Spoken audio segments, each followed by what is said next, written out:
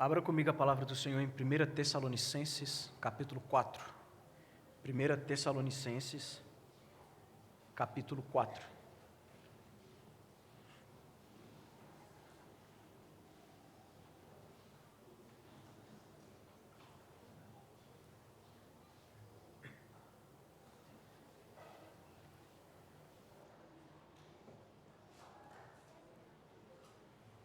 Primeira Tessalonicenses, capítulo 4. Nós vamos ler do verso 13 ao verso 18. 1 Tessalonicenses 4, do verso 13 ao verso de número 18. Diz assim a palavra do Senhor. 1 Tessalonicenses 4, 13 a 18. Irmãos, não queremos que vocês ignorem a verdade a respeito dos que dormem, para que não fiquem tristes como os demais que não têm esperança. Pois, se cremos que Jesus morreu e ressuscitou, assim também Deus, mediante Jesus, trará na companhia dele os que dormem. E pela palavra do Senhor, ainda lhes declaramos o seguinte: nós, os vivos, os que ficarmos, até a vinda do Senhor, de modo nenhum precederemos os que dormem. Porque o Senhor mesmo, dada a sua palavra de ordem, ouvida a voz do arcanjo, ressoada a trombeta de Deus, descerá dos céus, e os mortos em Cristo ressuscitarão primeiro. Depois, nós, os vivos, os que ficarmos, seremos arrebatados juntamente com eles, entre nuvens, para o encontro com o Senhor nos ares, e assim estaremos para sempre com o Senhor. Portanto, consolem uns aos outros com estas palavras. Senhor, nós estamos diante da Tua palavra essa que é a verdade absoluta, palavra essa que é imutável, inerrante, infalível, palavra essa, Deus, que não é escrito de homem algum, mas a vontade de Deus para nós. Nós, de forma humilde, nos colocamos diante dessa palavra nessa noite e suplicamos pelo auxílio do Teu Espírito Santo. Livra-nos das distrações, livra-nos, ó Deus, de tudo aquilo que impede que a gente compreenda, aprenda, guarde no coração e aplique a palavra na nossa vida. É assim que oramos, em nome de Jesus. Amém. Consolados pela esperança. Esse é o tema da nossa exposição dessa noite. Consolados pela esperança. Era um domingo de manhã. O culto começava como sempre: cânticos, orações, leitura da palavra, pregação. Mas para a dona Elisa, algo tinha um peso diferente. No banco da frente, ao lado do seu inário, estava o espaço vazio onde o seu esposo, o irmão João, costumava se sentar. Por mais de 40 anos, eles haviam chegado juntos, orado juntos, servido juntos. Agora ela vinha sozinha. Durante o louvor, lágrimas discretas escorriam e alguns notavam a sua dor. Um irmão mais jovem tentou consolá-la, dizendo: irmã, vai ficar tudo bem. Ela apenas sorriu e respondeu com voz trêmula: vai sim, porque eu sei onde ele está e com quem ele está. Naquele banco vazio havia dor, mas também esperança. Irmãos, essa carta provavelmente foi escrita 50 anos depois da ressurreição de Jesus Cristo e foi escrita pelo apóstolo Paulo. Ela foi escrita com dois grandes objetivos. O primeiro objetivo de Paulo era animar os cristãos em meio à pressão da sociedade. Os tessalonicenses estavam sendo pressionados a abandonarem a fé em Jesus e voltar às origens gentílicas pagãs. O segundo objetivo da carta é encorajamento, ânimo e, em meio às pressões da sociedade, e coragem ou encorajamento para permanecerem firmes no Senhor. E como que o apóstolo Paulo, ele animou e ele encorajou esses irmãos? Por meio do ensino, por meio da instrução quanto à volta de Jesus Cristo. Mas em qual contexto Paulo fala sobre a parúsia? O que significa esse termo parúsia? Significa isso, a volta de Jesus, a segunda vinda. Em qual contexto Paulo fala sobre isso? 1 Tessalonicenses 1,6, Paulo vai falar que essa igreja estava sofrendo. 1 Tessalonicenses 2, do verso 14 ao 16, Paulo vai falar que alguns irmãos dessa igreja sofreram martírio. E 1 Tessalonicenses 3, do verso 3 ao verso 6, Paulo fala que essa igreja sofria de alguma maneira perseguição. É fato que 50 anos depois da ressurreição de Jesus, o martírio não era uma regra, mas ainda havia cristãos que eram martirizados e perseguidos. Entrando no texto, a gente precisa entender que a preocupação de Paulo é uma preocupação pastoral. Paulo desejava confortar a igreja em Tessalônica por causa das conversas erradas a respeito dos mortos. Ou seja, conforme os membros da igreja de Tessalônica morriam, questionamentos surgiam. Onde estão os nossos mortos? O que acontece após partirmos desse mundo? Eles estarão presentes nos eventos futuros?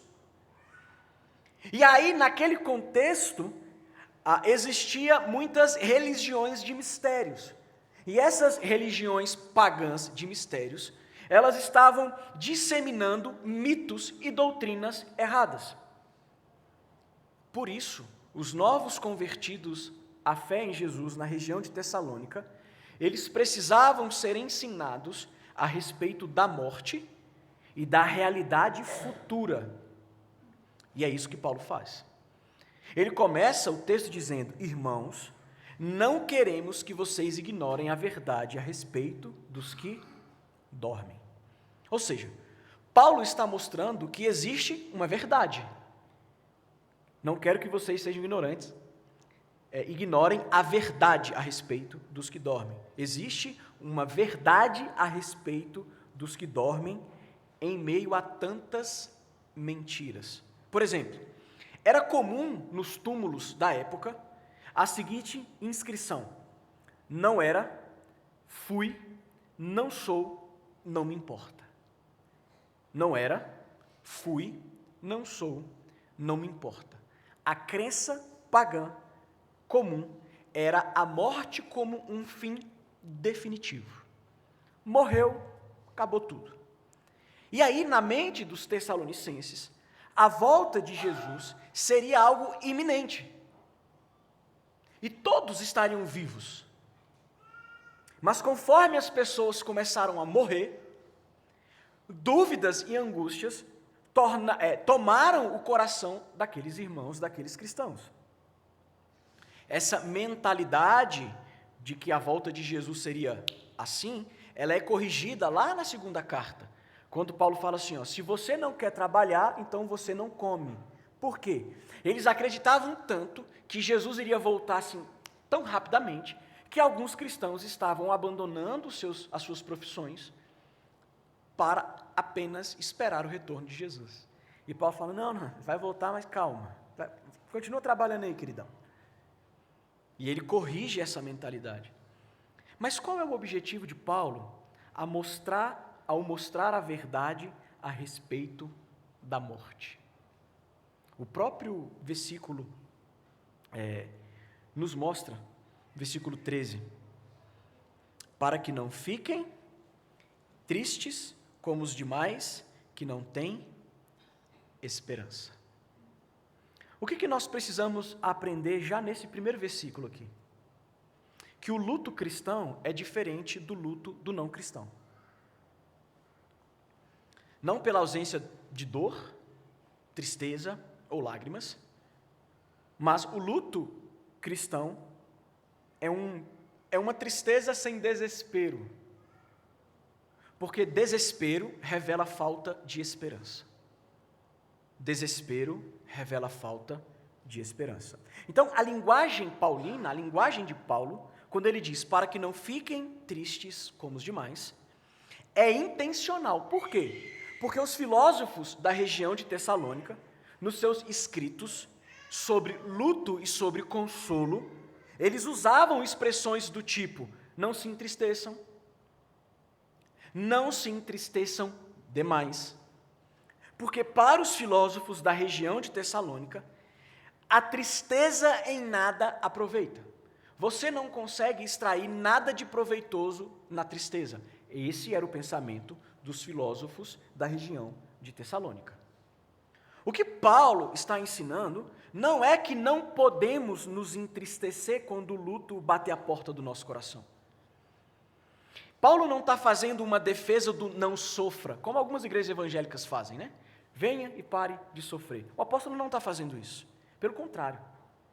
Ele compreende que a morte e o luto geram intensos sofrimentos. É por isso, então, que ele ensina que o cristão, ao lidar com o luto, ele não entra em desespero como os incrédulos que não têm esperança. Mas que esperança é essa que precisa e deve habitar em nossos corações? E aí o texto, Paulo, ele vai falar sobre o quê? Sobre a obra de Jesus Cristo. Ele vai falar sobre a redenção, como essa doutrina que promove consolo em meio ao luto, em meio à morte. Se Jesus venceu a morte na parúzia, quando ele voltar, na sua volta, na sua segunda vinda, ele trará em sua companhia os que dormem. É isso que o texto diz. A visão cristã daqueles que morrem é que eles, que morrem crendo em Jesus, é que eles serão trazidos junto com Jesus quando Jesus retornar. Mas, e aqueles que estiverem vivos quando Jesus rasgar o céu em poder, glória e majestade? O que vai acontecer com aqueles que estiverem vivos? Então, o ensino apostólico é de que os vivos não precederão os que dormem. Versículo 15. E a questão fica ainda mais clara nos versos 16 e 17. O Senhor dá da sua palavra de ordem, ouvida a voz do arcanjo, ressoado a trombeta de Deus, descerá dos céus. Vale lembrar que no Antigo Testamento, quando se tocava a trombeta era um instrumento usado para reunir os povos, geralmente para sair à guerra. Então, os mortos em Jesus Cristo, os mortos que morreram confessando e crendo em Jesus Cristo como seu Salvador, estes mortos, eles ressuscitarão primeiro. Depois, aqueles que estiverem vivos, eles serão transformados e eles serão arrebatados junto com os que ressuscitaram. E nos ares, todos, junto com o Senhor, irão para toda a eternidade estar na presença de Cristo. Então, Paulo, ele mostra para nós que o cristianismo é a religião da esperança. Nossa fé é alicerçada em um Senhor que venceu a morte, que ressuscitará os mortos, que vai transformar os vivos e que vai habitar com este povo para todo o sempre. Então, quando o apóstolo ele começa a ensinar tal verdade, ele diz lá no versículo 15, e pela palavra do Senhor ainda lhe declaramos o seguinte. Paulo está reproduzindo o ensino de Jesus Cristo na sua carta à igreja que se reúne em Tessalônica. Mateus capítulo 24, verso 31, no sermão profético de Cristo, Jesus afirma, e ele enviará os seus anjos com grande som de trombeta, os quais reunirão os seus escolhidos dos quatro ventos, de uma a outra extremidade dos céus. O que isso precisa, então, nos ensinar? Que quando nós passarmos pelo luto daqueles que morreram em Cristo, nos entristeceremos, mas não em desespero. não de uma maneira desesperadora como quem não tem esperança. Porque nós sabemos onde estão aqueles que morrem crendo em Jesus. Eles estão na presença do Senhor. Vá comigo para Lucas, capítulo 23. Evangelho de Lucas, capítulo 23.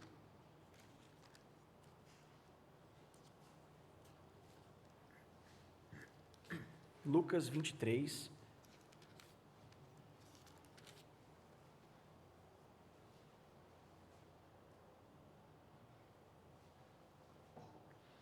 Verso 39. Lucas 23, verso 39.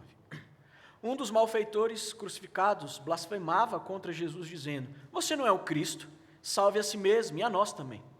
Porém, o outro malfeitor o repreendeu, dizendo: Você nem ao menos teme a Deus, estando sob igual sentença? A nossa punição é justa, porque estamos recebendo o castigo que os nossos atos merecem. Mas este não fez mal nenhum. E acrescentou: Jesus, lembre-se de mim quando você vier no seu reino. Jesus lhe respondeu: Em verdade lhe digo que hoje você estará comigo no paraíso. Volta para Tessalonicenses 4. Veja, Jesus Cristo está pendurado na cruz, um ladrão à sua direita, outro ladrão à sua esquerda. E esse texto nos mostra que Jesus Cristo na cruz, ao mesmo tempo que salva quem nele crê, também condena quem o rejeita. Mas as palavras de Jesus ao ladrão que acreditou são palavras importantes. Porque o ladrão pediu que Jesus, ao vier no seu reino, se lembre dele. Então, quando o Senhor voltar aí com o seu reino, lembra que eu estou acreditando que você de fato é o Messias, é Jesus. A resposta de Jesus não foi: ok, quando eu voltar eu vou me lembrar de você. Jesus falou o quê? Em verdade lhe digo que hoje você estará comigo no paraíso. É nisso que nós acreditamos. Fechar os olhos nesse mundo é abri-los na eternidade, na presença de Jesus, o nosso Senhor e o nosso Salvador. Mas Paulo, ele usou o termo dorme. E por que ele usa esse termo dorme? Porque Paulo, ele quer mostrar que a morte, ela é como um sono, no sentido de que ela não é o fim, ou que morrer em Cristo não é algo definitivo, morreu, acabou, não tem mais nada. Veja, ao falar sobre a obra de Jesus, ele usa o termo morreu no verso 14. Pois se cremos que Jesus morreu e ressuscitou, bem como ao falar da ressurreição dos cristãos no verso 16, porque o Senhor mesmo, dada a sua palavra de ordem, ouvida a voz do arcanjo e ressoada a trombeta de Deus, descerá dos céus e os mortos em Cristo ressuscitarão primeiro. Então, a teologia bíblica, bem como o ensino de Paulo, nos ensinam de maneira clara que nós morremos fisicamente nesse mundo para imediatamente estarmos vivos diante do Senhor. E por que é importante a ênfase nessa questão dos termos dormem e morrem? Porque existem algumas religiões, como a Testemunha de Jeová e os adventistas, o adventismo do sétimo dia, eles pregam a doutrina do sono da alma. Ou seja, Testemunho de Jeová e o Adventista do sétimo dia, eles acreditam e eles pregam que quando uma pessoa morre, ela entra em um estado de sono até Jesus voltar, tipo um coma. Morreu, fica ali inconsciente, e aí quando Jesus voltar as coisas a pessoa acorda. A Igreja Católica Apostólica Romana, ela tem a famosa, porém antibíblica, doutrina do purgatório. Aqueles que morrem, mas que não foram de todo purificados, eles vão passar um tempo no purgatório para obter a santificação necessária para assim acessar a alegria celestial. Por isso que oro pelos mortos e por aí vai. O catolicismo romano, erroneamente, eles ensinam uma outra doutrina chamada de limbus. E essa doutrina, chamada de limbus, ela se divide em duas partes, limbus infante e limbus patrum. O que é isso? O limbus infante é para onde as crianças não batizadas, elas vão. Por isso que quando uma criança morre e os pais são católicos, eles vão mover céu e terra para arranjar um padre para batizar aquela criança, para ela não ir para esse limbus infante. E o limbus patrum era o local onde a alma dos justos do Antigo Testamento, Abraão, Moisés, Davi, esse limbus patrum é o local para onde a alma desses justos do Antigo Testamento vão, aguardando a morte e a ressurreição de Jesus para serem promovidos ao céu. Obviamente que tais doutrinas, doutrina do som da alma, purgatório, limbus infante, limbus patrum, nenhuma dessas doutrinas tem fundamentação na palavra de Deus. Portanto, nós devemos ficar com o que a Bíblia nos revela. E a palavra de Deus ensina que quando um crente em Jesus fecha os olhos desse lado de cada eternidade, ele instantaneamente passa a desfrutar da gloriosa presença do Senhor. Não tem um pit stop em algum lugar, não tem uma parada obrigatória em algum outro local, não. Fechou os olhos aqui, crendo em Jesus, imediatamente se coloca na presença do Senhor. 2 Coríntios, capítulo 5, versículo 8, diz assim: sim, temos tal confiança, Paulo dizendo, e preferimos deixar o corpo e dormir? Não. Deixar o corpo e ir para algum lugar, um purgatório, um limbus, algum lugar? Não. Preferimos deixar o corpo e habitar com o Senhor. Filipenses 1, do versículo 21 a 23, texto muito conhecido diz: porque para mim o viver é Cristo e o morrer é lucro. Entretanto, se eu continuar vivendo, poderei ainda fazer algum trabalho frutífero. Assim, não sei o que devo escolher. Estou cercado pelos dois lados. Tenho o desejo de partir. Partir para onde? Partir e estar com Cristo, o que é incomparavelmente melhor. Então, a palavra de Deus, são só dois textos, mas a palavra de Deus é recheada de ensino que morreu aqui, está diante do Senhor. Não tem pit stop em nenhum outro lugar. A teologia reformada, irmãos, acerca da morte dos cristãos e o estar com Jesus, antes dessa parúzia, antes desse retorno, dessa segunda vida de Jesus, a teologia chama esse momento de estado intermediário. Ainda que sim, de fato, Paulo, ele não esteja falando nesse texto que nós lemos sobre o estado intermediário, é importante a gente saber e conhecer sobre essa doutrina. Quando um crente em Jesus morre, vamos pegar meu pai como exemplo. Talvez você tenha perdido alguém recentemente. Mas quando, por exemplo, meu pai morreu em 2021, o coração parou de bater, morreu, está o corpo, coloca debaixo da terra, para onde que ele foi? Nós estamos vendo para a presença do Senhor. Só que o corpo vai entrar em decomposição. E o meu pai, todo aquele que morre, ou que morrerá antes de Jesus voltar, ele vai à presença do Senhor, a alma vai à presença do Senhor, porque ele não tem um corpo glorificado ainda.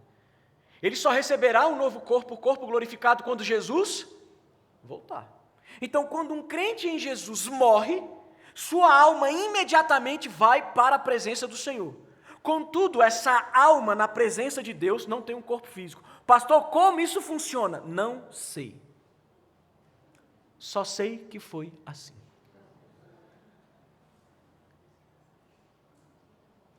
Nós lemos no texto da liturgia, não precisa abrir não, só ouça novamente. Em 1 Coríntios, capítulo 15, assim, do verso 50 em diante.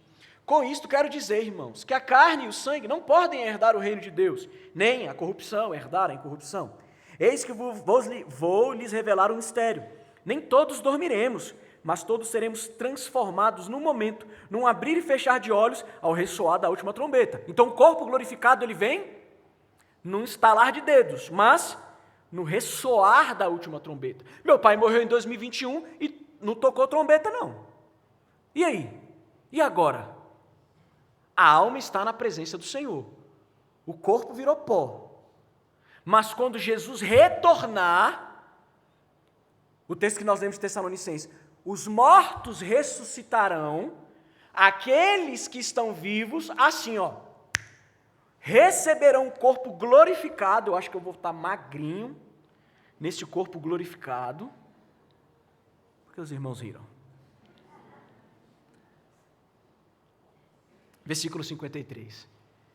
Porque é necessário que este corpo corruptível se revista de incorruptibilidade e que o corpo mortal se revista da imortalidade. Volta para Tessalonicenses 4. Veja, a confissão de fé de Westminster, no capítulo 31, no inciso 1, nos diz assim: abro aspas, a alma do justo, sendo aperfeiçoada na santidade, a alma é recebida nos mais altos céus, onde vê a face de Deus em luz e glória, esperando a plena redenção do seu corpo.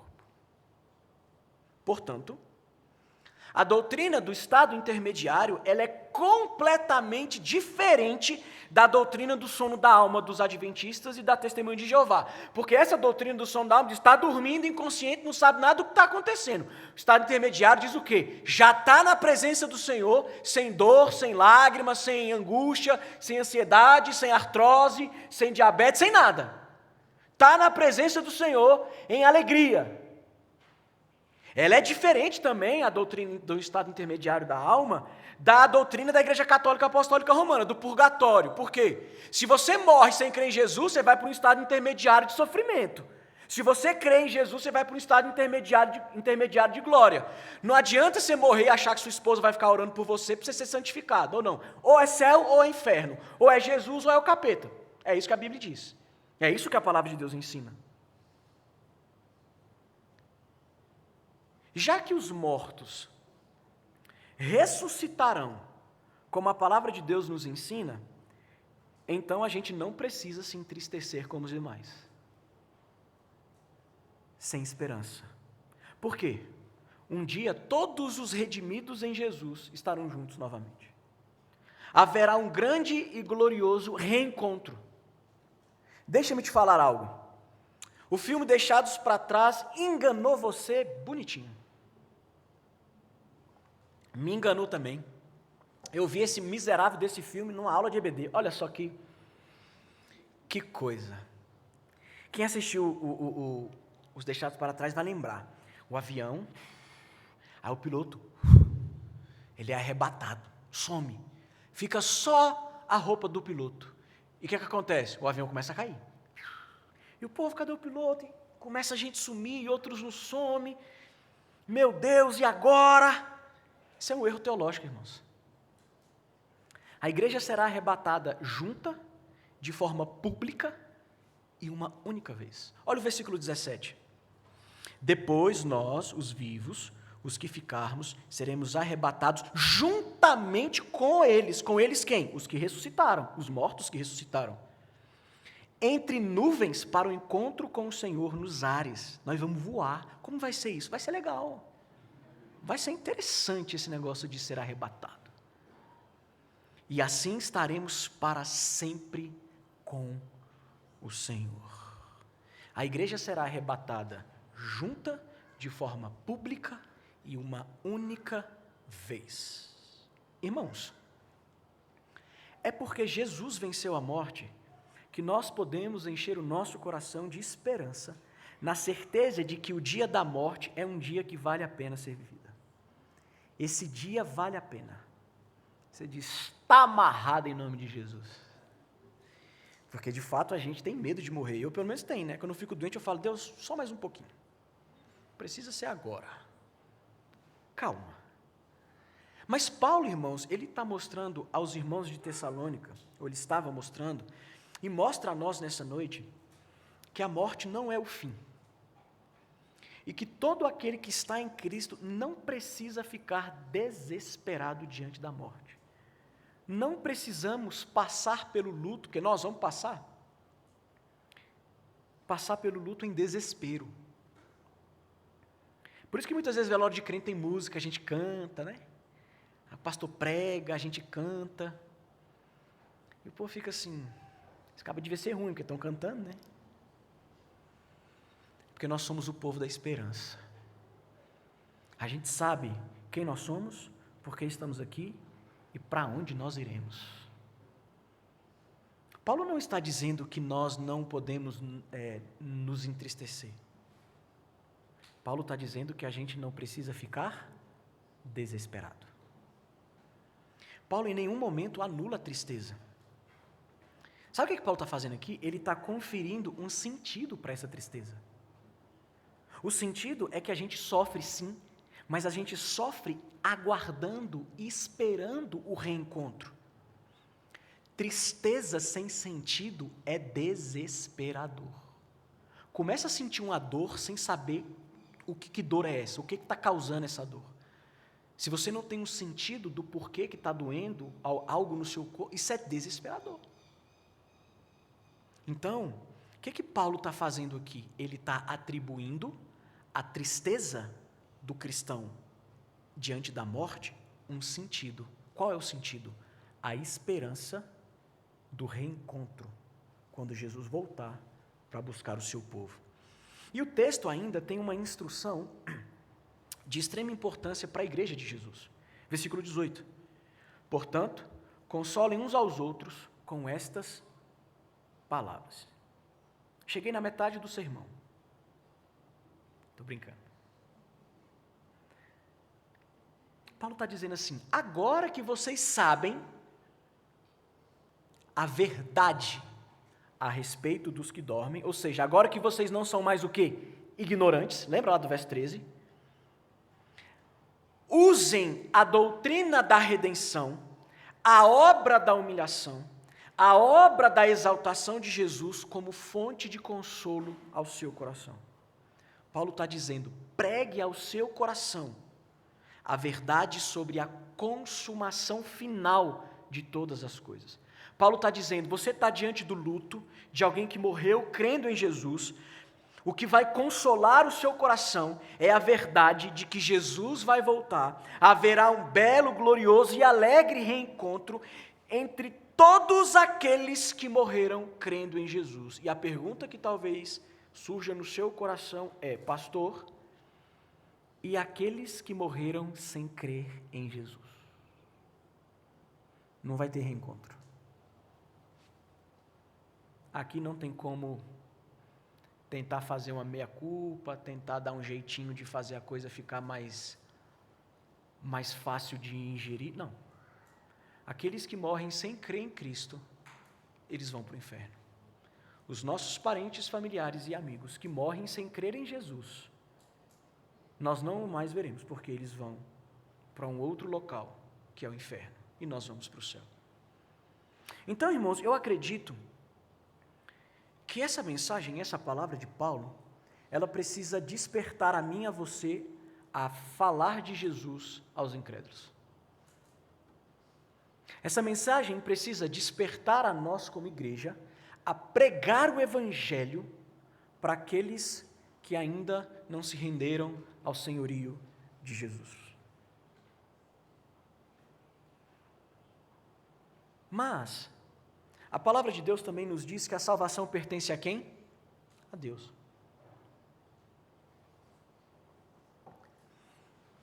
Nós não sabemos se no último segundo do acréscimo do segundo tempo, aquela pessoa entregou a vida a Jesus. Então eu acredito que existem muitas pessoas que nós veremos no céu e vai dizer, mas está aqui? Não é possível. Ali no finalzinho, o Senhor apareceu, se manifestou, a pessoa rendeu o coração e se entregou a Cristo. Mas o que nós temos de ordinário na palavra de Deus é: creu em Jesus, salvação. Não creu em Jesus, perdição.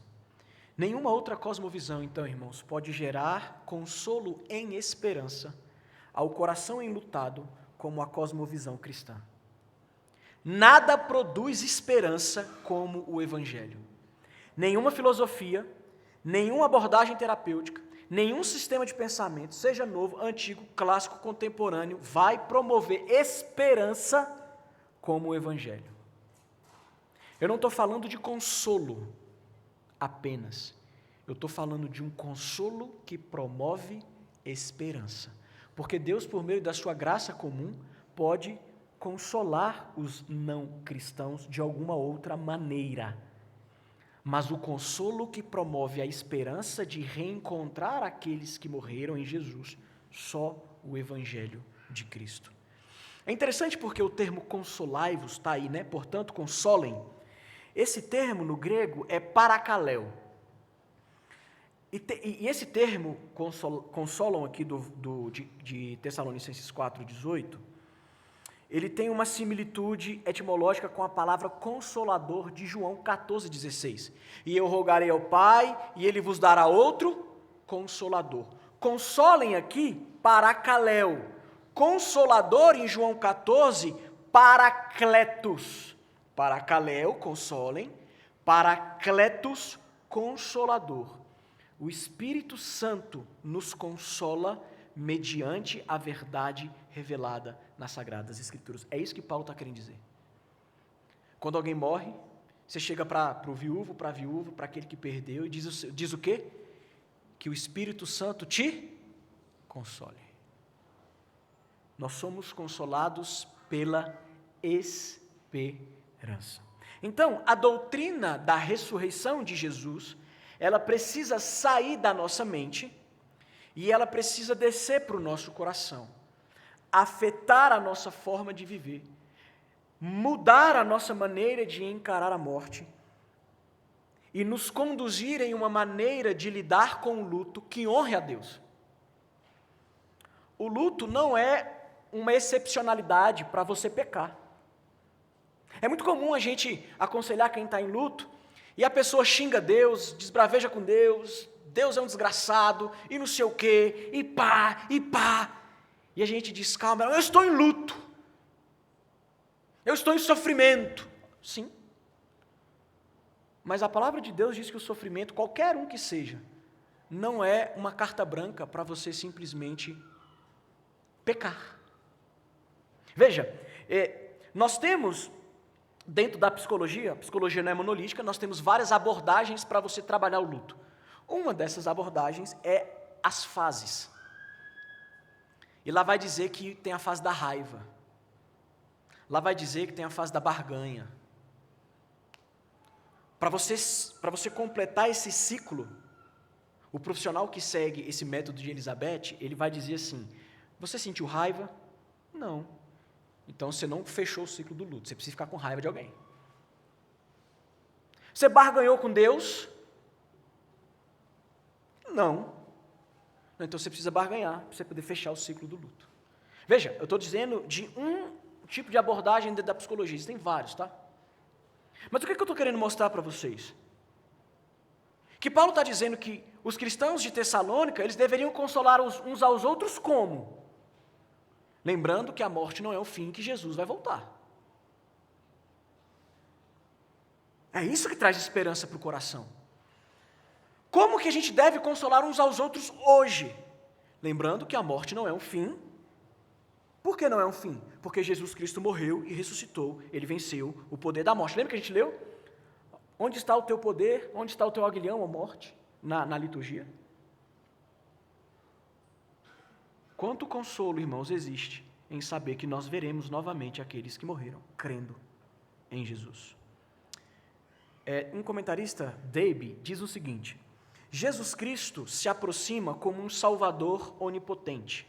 Ele, sozinho, de todo o universo, sondou o abismo mais profundo da morte, explorou todas as suas cavernas do desespero e retornou de lá um conquistador. Ele não é apenas um homem simpatizante, mas Deus onipresente, que pode ir conosco para o ádito do tribunal da morte. E sabe por que Jesus, ele se aproxima de nós como um Salvador onipotente em nossa morte ou em nosso luto? Porque Jesus, na morte dele, ele foi abandonado. Meu Deus, por que me desamparaste? E ele foi abandonado para que nós, ao trilharmos a nossa sexta-feira da paixão, o vale sombrio da morte, possamos ter a presença desse Cristo conosco. Para que o poder desse Cristo que venceu a morte, ao morrermos aqui, nos leve imediatamente à sua presença, e quando Jesus Cristo voltar pela segunda vez, possamos ressurgir glorificados com toda a igreja do Senhor. Como você encara a ideia da morte? Como você lida, ou como você tem lidado com o luto? O quanto a morte e ressurreição de Jesus verdadeiramente impacta o seu coração?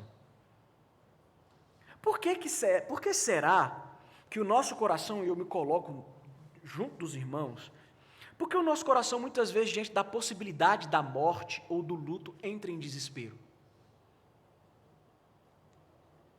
Porque a gente fala pouco sobre a morte. A gente pensa pouco acerca da morte. Porque talvez, de alguma forma, a gente nega ou tenta negar a realidade. Nós vamos morrer. Se eu entregar um livro para você sobre a morte, você vai dizer, pastor, está amarrado, está repreendido em nome de Jesus. Eu não quero esse livro, não. Se a gente fosse pentecostal e eu te desse um livro, você ia dizer assim, meu Deus, será que Deus está dando algum sinal, Hermes? A gente, a todo custo, não quer falar sobre isso. Você quer ver um exemplo? A gente priva os nossos filhos da morte, ou do momento da morte. Visita aos hospitais.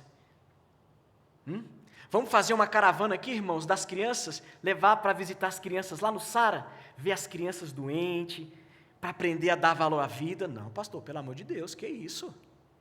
A gente priva as nossas crianças da realidade. A gente priva as crianças de participarem de velórios e funerais. E aí no velório do meu pai, um pastor amigo chegou para mim e falou, minha filha de 18 anos nunca viu um morto. Ela falou, um dia vai ver. Eu falei, um dia ela vai ver você. Um dia ela vai ter que encarar a morte. E a gente cria os nossos filhos sem prepará-los para essa fase como uma fase do ciclo da existência do homem nesse mundo. Então, irmãos, caminhando para o final, os puritanos fizeram um belo trabalho pastoral. Porque os puritanos, eles não apenas prepararam o rebanho do Senhor. Não, eles não apenas prepararam o rebanho do Senhor para viver a vida para a glória de Deus. Eles prepararam o rebanho do Senhor para morrerem para a glória de Deus. A gente não consegue imaginar como que a morte pode produzir glória a Deus. Mas lembra de Lázaro? É para a glória de Deus que ele vai morrer. Charles Spurgeon, os irmãos da música podem vir, Charles Spurgeon diz assim, vivamos como homens mortais entre homens mortais e então viveremos realmente. Ele continua, isso não nos tornará infelizes, pois certamente nenhum herdeiro do paraíso se lamuriará por não estar condenado a viver aqui para sempre. Se você é filho do próprio Senhor, eu o convido a encarar essa ida para casa até mudar o seu pensamento e não ver mais nada de tristeza e medo nisso, mas um céu de esperança e glória. Charles Spurgeon está dizendo, eu te convido a encarar essa ida para casa, para o céu, até você mudar o seu pensamento e não ver mais nada de tristeza e medo nisso, mas um céu de esperança e glória. Irmãos, viver como homens mortais, entre homens mortais, é ser consolado pela doutrina da ressurreição, é ter o coração cheio de esperança. Viver como homens mortais, entre homens mortais, é relembrar que a redenção ela foi um evento histórico no passado, mas enche a nossa realidade presente de significado e de sentido. Viver como homens mortais entre homens mortais é entender que se a nossa esperança em Jesus estiver limitada apenas a esta vida, então somos os mais infelizes de todos os homens e o que vai nos restar é o desespero. Lembra da história da introdução? Aquele jovem consolando a senhora da igreja, que estava no banco vazio sem a presença do esposo que faleceu. 6 meses depois, o mesmo jovem que tentou consolar a dona Elisa chegou à igreja mais cedo e percebeu algo diferente. O banco de dona Elisa continuava vazio. Mas sobre o banco havia uma Bíblia aberta em 1 Tessalonicenses 4, com uma pequena anotação à margem, que dizia: não chore como quem não tem esperança, eu só fui antes, logo nos veremos. Dona Elisa havia partido para estar com o Senhor. Naquele dia, a igreja se lembrou das palavras do apóstolo Paulo, porque o Senhor mesmo descerá do céu, e os mortos em Cristo ressuscitarão primeiro. E aquele banco vazio que antes representava ausência, passou a simbolizar a promessa de um reencontro, a certeza de que a morte não tem a última palavra. Fica de pé, vamos cantar.